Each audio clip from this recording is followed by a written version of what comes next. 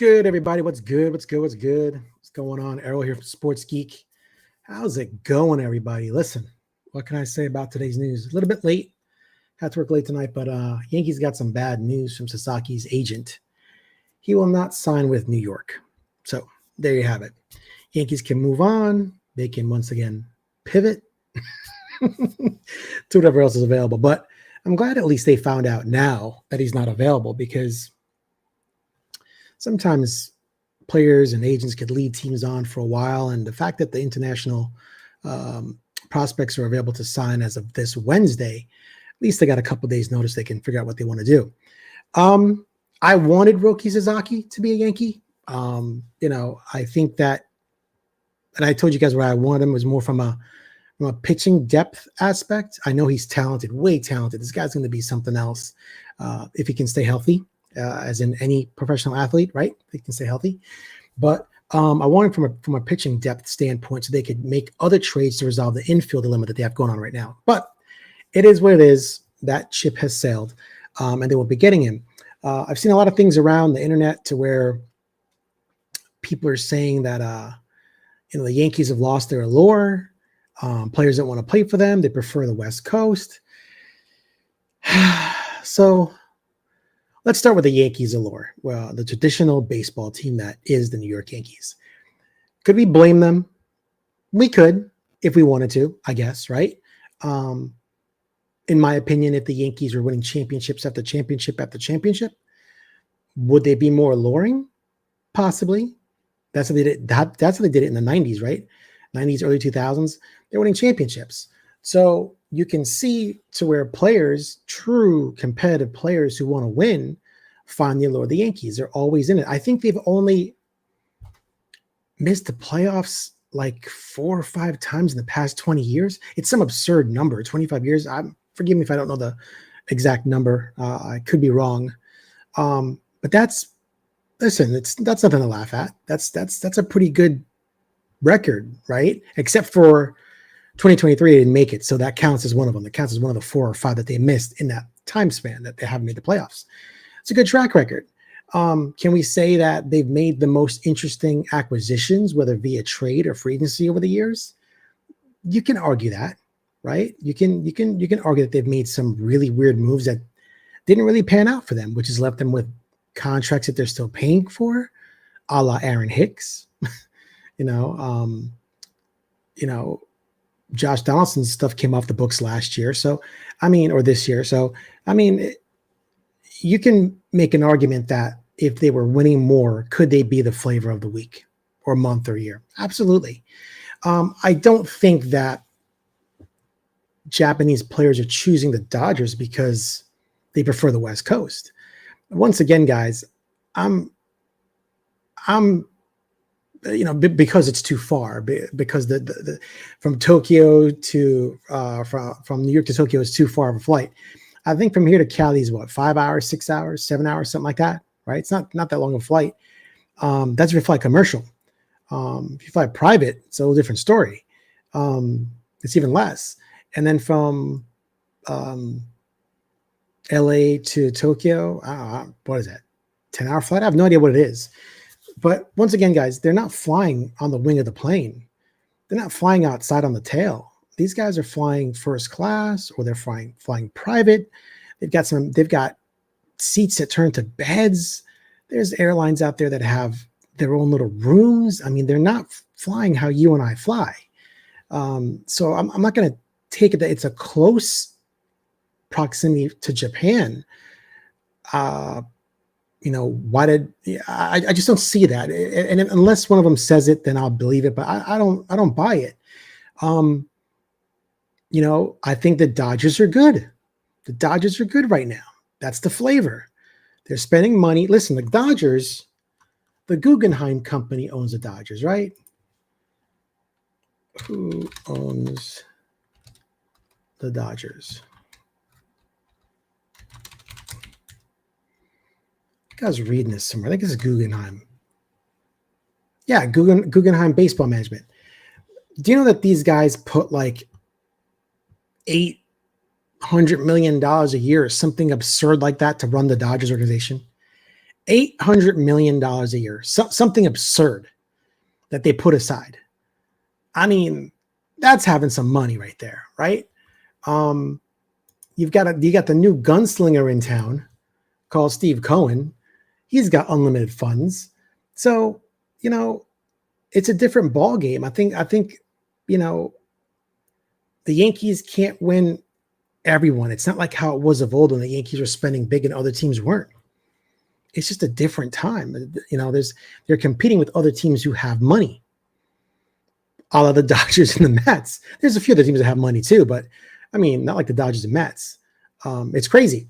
So I don't think, maybe he wanted to play with his buddy Shohei or Yamamoto. These guys have all played in the Baseball World Classic together. They know each other. Is it camaraderie? Is it familiarity with these guys? I can see that. Fellow countryman speaks my language. I can feel comfortable. Sure, why not? Right? I knew that he was going to go to the West Coast. Like I said, it's the Dodgers or Padres. I can't see the Padres with the nonsense that's going over there between the family crisis of the wife wanting to keep the team in San Diego and run it properly and bring a championship, and while the brothers want to tear it apart or not spend any money. So, excuse me. So I'm not sure what's going on over there, allegedly. I don't know what's going on over there with that team. So I can't really picture him going there. But then again, Yu Darvish is there. And he's supposed to be really good friends with Yu Darvish. So who knows what he's looking for right now. But the Mets and Yankees were told today that they were out. And like I said, what's the next move? Cubs are out as well. So I think it's Toronto, it's the Padres, and the Dodgers. That's who's left. Maybe Seattle, they might still be in the running, and the Rangers, they haven't been told yet. So, like I said, what's the next move for the Yankees? I think right now they just have to sit there. I would like for the Yankees to get an infielder. I really would. And I would like to do it now before the trade deadline. What we saw last year at the trade deadline when people, there were, because of this new wild card game that they added to the extra game, the extra series, a lot of teams are still in it, in July. So what happens is when a team tries to make a trade at that point, if all these other teams are in it and a few aren't, they can fleece you. So I'd rather the Yankees go into the season whole with their team, and then if they need to make some moves or additional moves to strengthen that team for the possibly a playoff berth, then do it at that time. But right now, if DJ LeMahieu is the answer, or if Oswaldo Peraza is the answer, or Oswald Cabrera, so many Oswald, who knows? There's so many of them. I think it's the wrong move. They've come this far, and they really, really need to figure out. They really need to figure out what they want to do with the infield. That's my mom. She's texting. Crazy. So that's the next move for them. Like I said, right now, I can't picture them making a move right now to grab a big name. Oh, I saw some content creators. I think it was Ryan Garcia on Fireside Yanks, and I know Pete Simonelli, those guys over at NYY Underground. They were talking about Carlos Correa. And the more I hear that, I like that move. I really do like that move. I didn't like it at first because he's injury prone, but the more I think about it, man, that would be a phenomenal move. The Yankees could get Carlos Correa, but I don't know what Minnesota would want for him, nor what what they're looking for. Right? Do they need pitching? Do they need? I don't know. What do they need? The same thing with Brendan Donovan. I'd love it if the Yankees could get Brendan Donovan. I'd give away a Nintendo Switch to one of my subscribers. If I just pick one randomly who commented that, yeah, we're getting them. I believe you. But I mean, I don't see how that's going to happen. I think the last time I heard, I think the Cardinals GM, John M. What's his name? Last name? I forget. But I know his name is John, but he's the Cardinals GM. He said in an interview that he was looking for relief pitching. So once again, in my mind, I'm thinking, okay, could we go Clark Schmidt, possibly Will Warren, and maybe another prospect for Brendan Donovan. But if they're looking for relief pitching, once again, we don't fit. right? Even though they had a little falling out and the Cardinals and Brendan Donovan couldn't come to an agreement for his arbitration salary.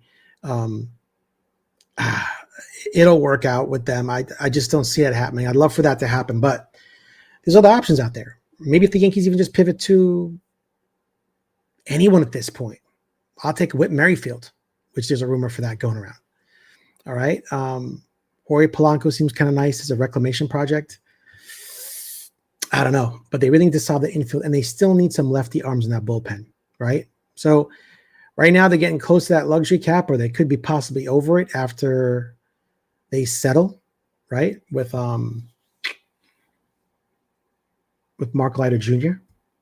But who knows? Who knows what's going to happen? But as of now, nothing's going on. Nothing's going on but the rent, right? So we need to see who the Yankees pick up next. Now they can kind of move on and see what kind of international free agents that they could sign. That actually opens up this Wednesday that they're able to sign people, not just the Yankees, all the teams. But I'm curious to see who they pick up at this point, because they really haven't really built the farm system. They've traded about 25 to 30 players in the last 4 or 5 years. When you have a good farm system, like say like the Dodgers, the Baltimore Orioles, you can make trades and it doesn't kind of hurt you that bad.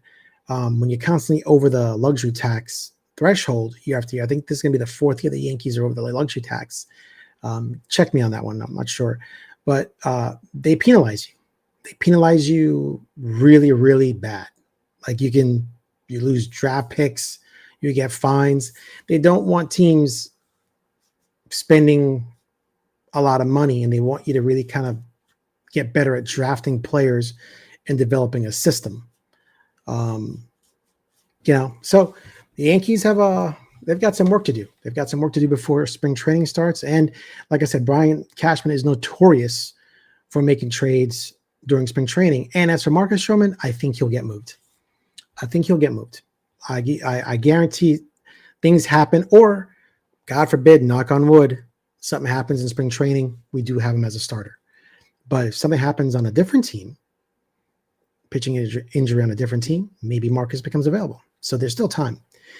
But guys, like I said, just wanted to bring you some news. I know you guys heard it earlier today. Like I said, I have to work late today. But however, just wanted to let you know that Roki Sasaki will not be coming to the New York Yankees. And we'll see what they do from here. All right.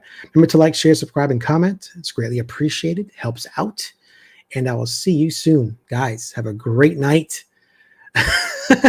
And what can I say about, well, we don't know if he's going to the Dodgers yet. Anybody but the Dodgers. I hope he goes to San Diego. Anybody but them. All right. All right, guys, have a good night. Peace out. I'm Merrill. See you later.